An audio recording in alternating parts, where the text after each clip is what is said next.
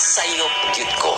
Sa una, gidismiss ra nako ang Senate hearing ni Senator Amy Marcos. Kay feeling nako useless na preso na good si PRRD sa The Hague. So what's the point? Pero while watching it, I realized mas grabe pa di ay ang problema. This hearing exposed the incompetence of our DOJ, PNP, DILG, CIDG, AFP, tanang law enforcement agencies. Wa sila'y klaro nga understanding sa legal processes. Makauwaw. Sila pa ang giswelduhan nato kada buwan. Number 1, walay red notice di ay. Diffusion notice ra. Unsa may kalahian aning duha? Simple ra. Ang red notice, official o klaro nga alerto gikan mismo sa Interpol. Murag wanted poster ba? Nga klaro ang charges, legal basis o request sa tanang miyembro nga countries para mo aksyon.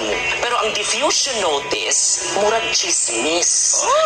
Send lang sa selected countries, walay klaro kung unsa ang legal weight. Pero ngano dali kaayo ni acknowledge ang atong gobyerno. Even Interpol was surprised. 7,000 personnel ang gideploy para arestuhon si Duterte.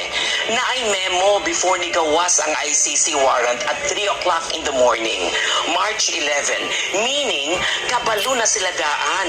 Pero karon naglikay-likay. Nganong mamakakman si DOJ Secretary Remulla? Grabe ang interpretation sa balaod. Murag above the law na ang ilang department. Kung ingon ani ang mindset sa DOJ, wala na'y pulos ang balaod. Ang ilang political agenda na lang ang masunod. Pero ironically, this hearing helped PRRD's defense. Kita ang inconsistencies sa statements sa gobyerno. When there are inconsistencies, there are lies. And lies can be used against them.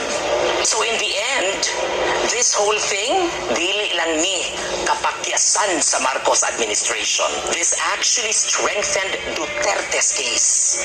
By whose order gisurrender? Kay obviously walay domestic court order. Or kung naa ba joy order? Kay kung wala, then bring Duterte home. Another day, another Regal PO.